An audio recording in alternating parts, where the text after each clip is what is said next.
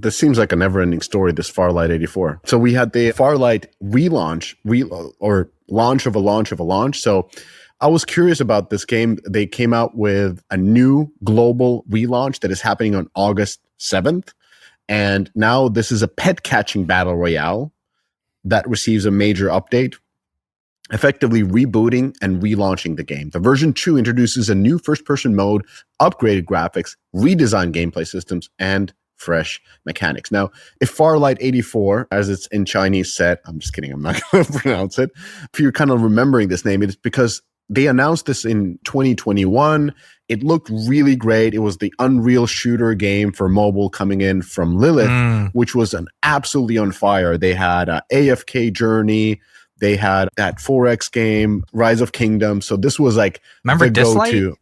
Dislight. This was the Chinese company to watch for. And so they were introducing the shooter. Everybody was super excited. The trailer looked amazing. It looked like this will take over Fortnite.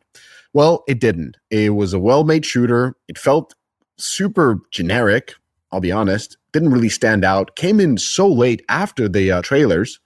Felt kind of like same old. Didn't even experience the mechanics later on. And as you can see from the graphs, big launch, almost 6 million downloads in May 2023, and an absolute shark fin as you're looking both on downloads. They kind of tried to keep the downloads. You can see the spikes coming in on the months, kind of like the shocks of a dead body that is being dragged out of the ocean.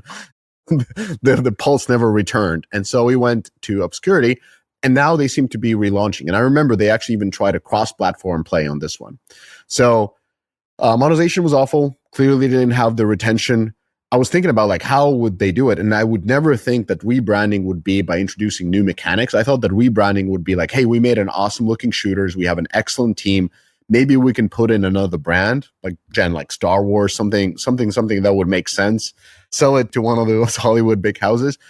But apparently they're trying with the same looks and the same vibe, but with more mechanics. So Phil, is this like just not being able to abandon a sunken cost? Well, I mean, I totally hear you on the hype for this. I mean, I just remember like Lilith was just so hot coming into this super launch. Hot. Not only that, like Supercell of China. These games are original. These were not derivatives. This did have like an Apex Legends core, but I thought there was a lot of really great ideas in the original game. Like if you remember, there was this in-round hero skill progression, which was something that I think they were even ahead of Apex on. Remember, there was vehicular combat. That was pretty new. The jetpack system was huge for movement. They did a ton of interesting things. And to your point, they had that PC SKU, which did okay on Steam. I was disappointed in the level of optimization. If you weren't from China, like if you're a Western player, you totally missed on all expectations. This game is really confusing that they're choosing to relaunch it. And if you remember, like Lilith has a lot of weird things. So if you remember, they give their employees shares of a subsidiary that is where the game is actually owned by. And so I'm curious if like some of their incentive systems are actually getting the best of them. And like maybe that's preventing people from moving on or moving projects. I don't necessarily know, but I feel like that's been a very peculiar aspect of their culture. And I'm curious how it interacts here. This new launch is bizarre. So they're adding a buddy system, which is like you essentially capture Pokemon in round and they become like basically a grenade that you can use a tactical. I mean, this was in the original one, but now it's going to be expanded. So now there's super powerful buddies, which are even more important. And they're building a meta around these in-round buddies.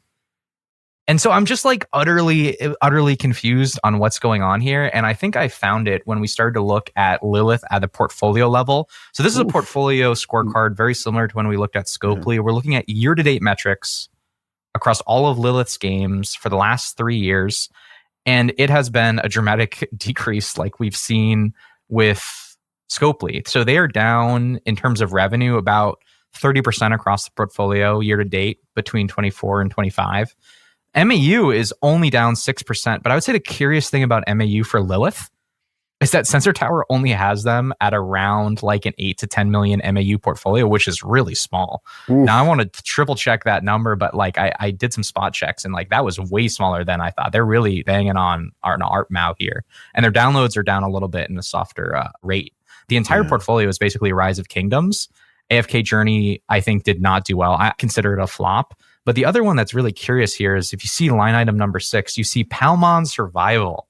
Now, what is Palmon Survival? We haven't really covered this a ton, and I want to spend more time with it in the future. But Palmon Survival is where they should be spending, I think, almost all of the resources abandoning AFK Journey. They have added a Pokemon core into 4X, baby. Oh, and so right now this is scaling. It's in the United States. It's not at any crazy numbers yet. You can see here they're only 3 million downloads in 2025. They've only done 7 million in revenue life to date. But this is still the thesis I expected Squad RPG to go after, and I think is why AFK Journey failed, is that they went in the wrong direction. And so this, to me, is what I expected Western developers to do to modify Squad RPG, and we haven't done a lot of it. And we'll talk about DC Worlds Collide in a moment here, but I think this is what I think the West really needs to wake up to. Like China is moving on this fucking fake ad. I don't even call it fake ad. Like it's now a merged gameplay. It's not fake in my opinion. It's becoming closer and closer to the core. Like Kingshot does have real squad RPG mechanics. Like squad RPG is a real part of Star Trek Fleet Command, as we've been covering. It's not just fake shit anymore. 4X strategy survival game. Jesus. Like, yeah, Jesus. It's you can see, Jen. Like if you go to the character collectors, we can see some of the Palmons. You've got your star system, your leveling. You're looking at a world map here, which is completely irrelevant. It's not a world map, excuse me. This is your exploring map. But you can see that there's also the 4X style map if you click around your usual one. Same amount of buttons. There you go, Jen. That's a good one. That you've got your squad, you've got your normal attack system. Oh my God, it looks like Whiteout Survival. This is Whiteout Survival. It's with a Pokemon core, and this is just the start of this. Like, I'm sure there is more of these in the hopper. When are we going to have match 3 4X survival game? Well, I mean, we'll look at Age of Empires, right? Like that was the Tencent attempt. It was like, fuck it, let's do RTS. Yeah. What was the old EA one? Command and Conquer. Command and Conquer. They're doing that was floating around. They did Red Alert, right? Out of China, which is funny. But very on the nose. They probably don't get the sarcasm. Boy. Yeah, I mean, in the little bit that it's been a while since I played Whiteout Survival, but what they did was incorporate like hero collection, squad RPG, hero upgrading into the 4X system. It looks like they're doing that here with Pokemon style characters versus humanoid characters in Whiteout Survival. I don't know, looking at this on the fly, but it looks super cute. Yeah, all right. It's a cute 4X game. What else we got? So the other game we haven't had really a chance to spend any time with, but I'm sure Eric is playing right now as he's on his cell phone during TWIG. He's probably buying a car. He's negotiating a deal. Is DC Worlds Collide, and there is a reason we haven't covered this one extensively. So this is another attempt at a squad RPG for DC characters. If you remember, there was one that was a while ago. I think it was around the time of Marvel Strike Force coming out. Do you remember that one, Mishka? By any chance? I forget. But this is from the Swiss publisher, right? No. You're thinking of Dark Legion. That was the recent 4X squad RPG. Oh. This is a just pure squad RPG that is coming out at the same time.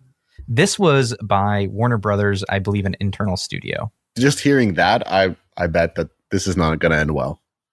So right now we're looking at daily active users and downloads since its launch, which was in mid-June, and it looks like it's settled into a steady state of around 40K DAU. It's a good hobby project. Yeah, I just don't understand how you get to a place of kind of launching these games. And when we look at it on a broader monthly squad RPG report, which is really kind of where I wanted to situate this, we had Mystic Mayhem, if you remember that. That is number 19 on the United States top grossing list for July, but it still is not at a decent enough scale. DC Worlds Collide debuted at number 12, but again, it's already slipping.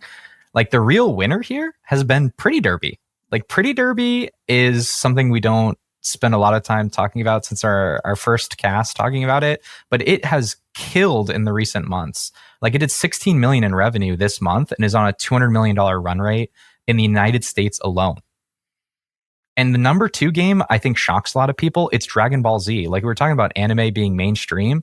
Dragon Ball Z Dokkan Battle is not only the number 2 grossing squad RPG in the United States for July, it is actually the number 1 by lifetime revenue, which very few people have picked up on, myself included, until I started looking it up. I mean, that game's been around for years, and they have a new one. For years. Yeah, there's a new Dragon Ball coming, I think.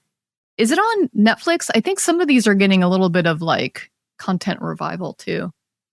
Jen, how does this work? There's like 2 DC RPG games on the list at the same time. Like, isn't it usually that you have some kind of a grace period before you can sell the IP in the same genre to a different publisher? Yep. I've been curious about this too as we get genre blending, is how do you word these contracts?